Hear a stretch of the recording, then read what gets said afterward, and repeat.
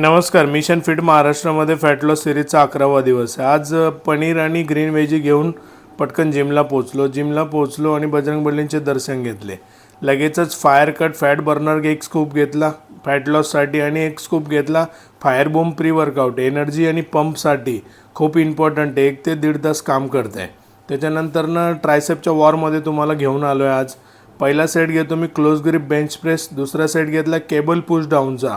त्याच्यानंतर हे होल्ड करायचे बघा असेवाले, ते पण तुम्ही ट्राय करू शकता. त्याच्यानंतर ओव्हरहेड एक्सटेंड घेतला केबलचा. तिसरा सेट हा मी जास्त सेट करत नाही ट्रायसेपसाठी. त्याच्यानंतरनं फिनिश केला केबल किकबॅकने. महत्त्वाचा सेट आहे हा. नंतरनं आपल्या 2 स्कूप घेतले फायर मोनोहायड्रेट क्रेटिनचे, जे आपल्या प्रो डायनामिक न्यूट्रिशनचं आहे. 250 ml पाणी आणि 2 स्कूप क्रिएटिन. नंतरनं घरी पोहोचून लंच केला. थोडे मठाची भाजी आणि पनीर ग्रीन व्हेजिटेबल घेतला. लगेच इव्हिनिंगला स्नॅक करून घेतला पनीर आणि ग्रीन व्हेजिटेबल. मग जिमला पोहोचलो आणि बजरंग बलींचे दर्शन घेतले. आज मी 4,500 स्टेप कंप्लीट केल्या.